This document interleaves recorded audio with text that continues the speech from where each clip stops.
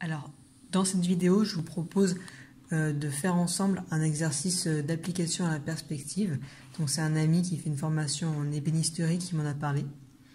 Donc voilà, donc on va le faire ensemble. Alors, tout d'abord, il faut tracer une ligne horizontale qui va servir de ligne d'horizon. Et sur cette ligne, on va placer 2 points de fuite. En général, il y a 2 points de fuite. Dans l'autre vidéo, je vous parlais d'un seul point de fuite. C'est lorsqu'on a une vue frontale. Mais dans la réalité, il y a en général 2 points de fuite. Ensuite, on va tracer donc, à divers endroits et de diverses tailles 4 traits verticaux.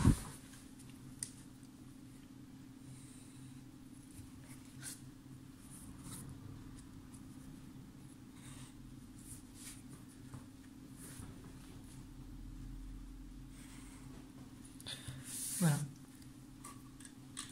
Une fois que cela est fait, on va relier chaque extrémité de chaque trait aux 2 points de fuite.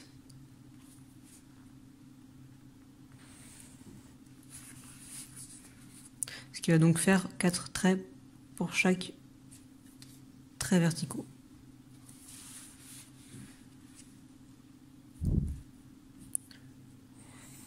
Donc cet exercice, il est bien pour apprendre la construction de plans ou de dessins architecturaux.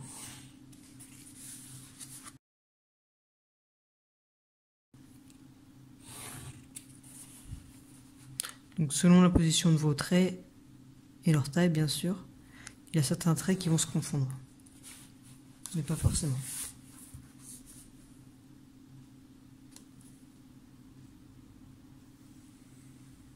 C'est important de mettre des traits au-dessus et en dessous de la ligne d'horizon, parce que du coup, la perspective sera différente, tout comme le point de vue. Au-dessus du point de fuite, au-dessus de la ligne d'horizon, on verra du coup le dessous de l'objet en question.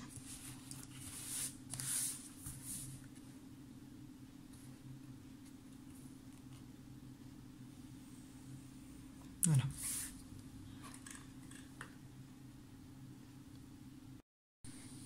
Donc j'ai repassé avec un trait plus noir nos traits originaux pour pas que l'on se perde. Donc une fois qu'on a fait ça, on va se placer au niveau de un trait. Donc par exemple moi je vais prendre celui-ci.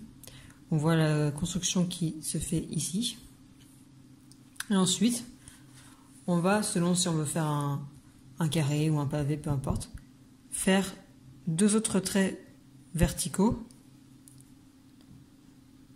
entre ces 2 lignes, de chaque côté. Donc ça peut même être plus court, hein, ça dépend de la forme que vous voulez. Voilà.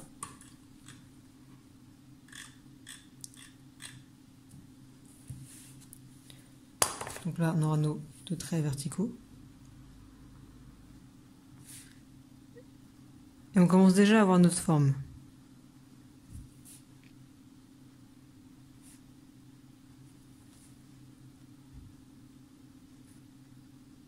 Donc là, il va manquer la face du dessous. Donc pour ça, rien de plus simple. Il suffit de relier les arêtes de la forme au point de fuite. Donc celui-ci est déjà sur la ligne de ce point de fuite. Il n'y a plus que celui-ci à relier. Voilà. Et à l'intersection, ça fera l'arête de notre forme. Donc là, je la repasse pour qu'on puisse la voir.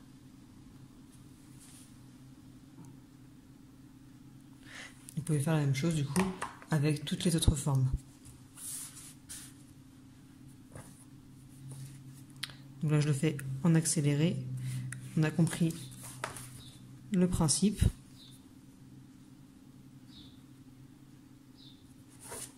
Donc, je vous invite à faire ça plus proprement à la règle.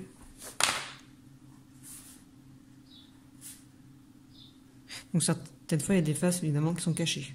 Celle-ci est cachée, donc je ne la représente pas.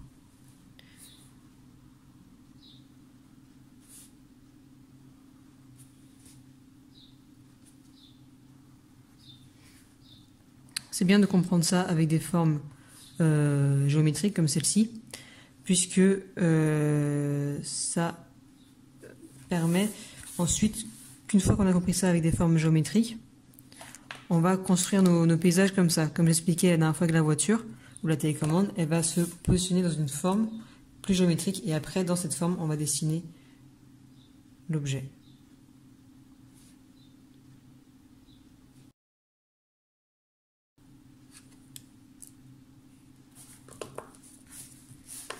Voilà. Donc là nous avons nos 4 formes, nos 4 pavés en perspective.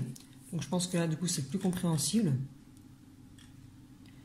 Et une fois du coup qu'on a compris ça, on peut s'amuser à faire des ombres. Déjà on peut déjà aussi gommer les lignes de construction.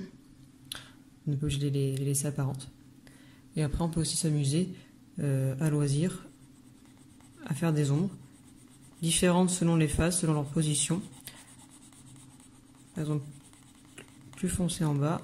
Ça, tout dépend aussi là, on pourra en parler dans une autre vidéo de la provenance de la lumière.